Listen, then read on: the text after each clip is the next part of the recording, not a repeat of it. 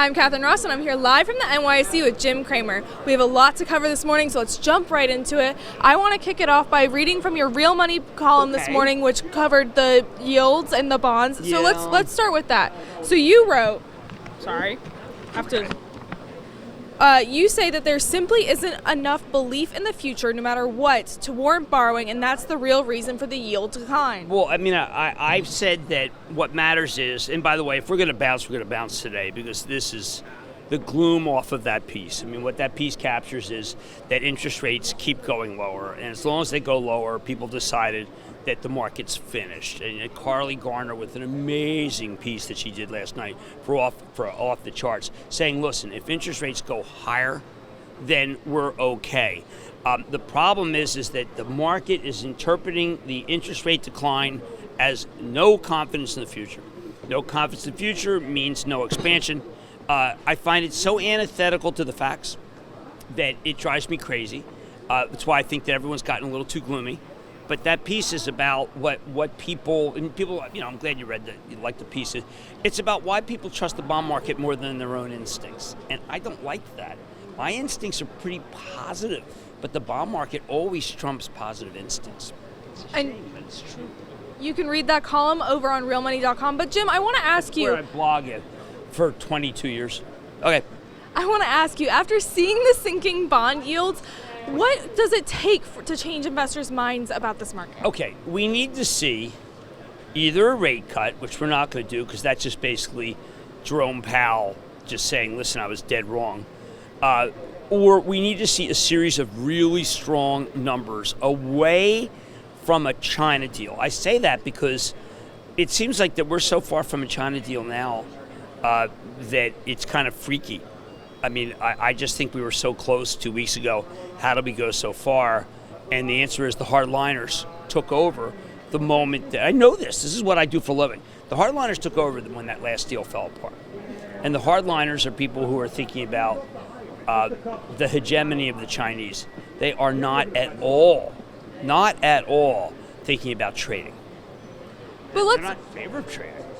Let's keep with China, because China is dominating the headlines once totally. more. Right. And I want to ask you, after seeing the possibility that they could ban rare earth materials, I mean, what should investors be thinking about that? Stock of the day actually is kind of rare earth materials and Tesla. And we'll get to that in just a second. Tesla's up. I think that the rare earth has always been something that people felt we were hostage to. I know that we can get some rare earth. There's some in California. We're going to be writing a lot about what they can do. And we have a terrific piece earlier this morning by a contributor that people should read. But I am flummoxed that they came up with. You always think that haven't we thought of everything? Like, did someone say before we weaponize Huawei, we have to recognize that they're going to weaponize rare earth, and we need a plan. So, I mean, if the president were to come out and say, listen, we have a stockpile of rare earth that you didn't even know about, or we've got plenty of rare earth in this state, we have a rare earth agreement with that state, that would cause the market to rally. But as it is, we always feel like, in this trade war, I always feel like we're one step behind now. It's like, I just feel like every time that we do something, they do something very clever. And this would be the one, if the president could come out today and say, look, I'm not the least bit worried about rare earth. We have a deal with XYZ. But he seems off his game. In the meantime, boy, there's a lot of stocks that are going down for no reason. Like what? If you believe in a slower economy, you go buy one that we own fractionally. You go buy UNH. UNH is just great for a slowing economy. But people think that look. The other thing we don't talk about enough is that when Biden rallies in the polls, people buy managed care. When Senator Warren rallies in the polls, people sell anything. I mean, Senator Warren is regarded as a socialist. I do not think she's a socialist, and I don't know if she's a credible candidate. I've interviewed her many times. She has different views from me. She's very cogent. She can be very persuasive. Let's circle back to China because I do want to clarify for investors who are watching this and questioning what are rare earth materials, why do they matter? These are the materials that make up smartphones. They make up, as Jim said, Tesla's electric vehicles and wind turbines. They're very important. But so my question here is, did investors anticipate this Chinese reaction? No, I don't think so. Now, look, I mean, you're talking about buying autos, and the auto companies are. Look, I do like Ford because of the yield, but I mean, the auto companies have just been something you don't want to touch for a long time. And by the way, you have 3M and Illinois Toolworks; those are auto company stocks. NXPI is an auto company stock. So let's not forget PPG. So a lot of companies are caught up in the auto company business, and you don't want to be levered to that right now. Now, let's circle back to Tesla because you mentioned it earlier, and it is Real Money stock of the day, so you can go over to realmoney.com and read what Kevin Curran's writing. And for those of you wondering, why are they getting hit by rare earth materials? It's because their cobalt from China is used to make their batteries. Now, Jim, is this a risk that Elon Musk anticipated? Well, he's building a lot of cars in China. Now, Elon Musk, because of that SEC ruling, cannot tweet that he's got a storehold of rare earth. I would say that that should be an exception where he could talk about it. Look, we haven't heard the end of rare earth. We know that the issue with rare earth is not that the Chinese had a corner on it. It's that we were trading with the Chinese very freely, so why go open rare earth mines? Why spend the money? This is a common theme with a lot of what happened with China, which is that, well, why should we fight with them? We made a lot of money there. But that's, like I said, the hardliner's not about the money. And what will happen is the money will go back here. Stocks that will go back are the ones that people are starting to turn on that they shouldn't. The Proctors, PepsiCo was down very badly yesterday. That's a very good one. We'll talk about some when we get to our video for action alerts. But I just think, again, if you're going to get a rally, it's going to be today because the gloom is so palpable.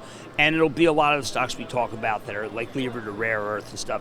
Or it'll be Workday, which was such a fine quarter. And I know it ran in the quarter, but to be down 10 on what was a quarter where everything was good is a reminder that we're in a really bad tape right now. God. Where the chartists are really in charge, and a lot of the charts are hideous. Like I see Amazon holding by a thread, but I find it hard to find stocks that the chart looks good. So the charts are in charge, the bond market's in charge, the earnings are not in charge. Speaking of earnings, let's just talk quickly about Palo Alto Networks. Now we're going to talk more about this stock because it is holding in your Action Alerts Plus Investing Club over on our daily rundown exclusive members only video. But I do want to ask, in 60 seconds, can you explain why investors should watch Palo Alto Networks? Well, I think that the cybersecurity space is very, very strong. We saw that from Cisco, which is now the largest cybersecurity place. I had Proofpoint on Mad Money. They had an excellent quarter. CyberArk had Udi Makati on. They had a remarkably good quarter. Symantec now has really good management in Rick Hill. I think that's probably a buy right here. Cybersecurity is about China. It's about North Korea. It's about a group of hackers in Western Africa who've been trying to break into everything. Western African hackers. So, I mean, it's an epidemic. At the same time, Palo Alto is a stock that is very high volatility, and we've sold some, we bought it back, but we have good basis. But I do think that the longer-term trend, even if Palo Alto misses, is so powerful. Palo Alto missed under Mr. McLaughlin, I guess, 4 years ago, and wow, what a bounce back, maybe 3 years ago. So even if it misses, I'm okay. Now let's switch gears because I cannot let you go without asking you an investing education question. And I think that in light of the market volatility that we've seen, if an investor has been hit by market volatility, how can they rebalance their portfolios? Okay, if you've been hit by volatility, I want you to go and look at companies that reported really good quarters, like a Workday, like a Dix, which reported a really good quarter, like a J&J, which reported a really good quarter and is caught up in a lawsuit that I think the market cap has already far exceeded what it could lose in the lawsuit. So look for the companies that are doing well, of which there are many, and Walmart did very, very well. Amazon very well. Facebook did very well. And you stick by those and you buy some very small. we're doing this. We raised a lot of money for Action Alerts for our charitable trust. We put like maybe an eighth of it to work yesterday. That's a good number to put to work, and put it to work at much lower. Marcus, then we can do it again today, and we will. You can apply. I always say you can apply money to the market. You should apply a little of your money to the market here, because when you see stocks that are down gigantically, that's when you buy, not sell, provided the balance sheet's good and their long-term prospects are good.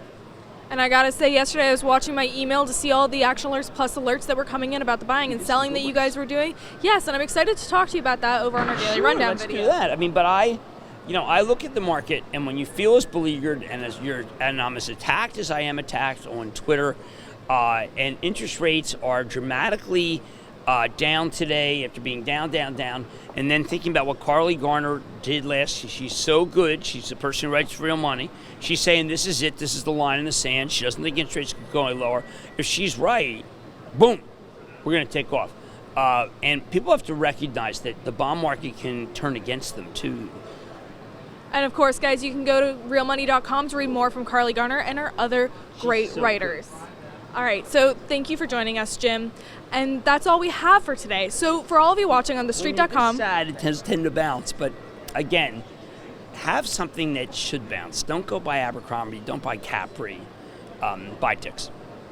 There you go. You already got some investing advice. All right, guys. So for all of you watching on TheStreet.com or on Facebook, we are now jumping over to our Action Alerts Plus members-only club video on ActionAlertsPlus.com. Thanks for joining us, and we'll see you tomorrow.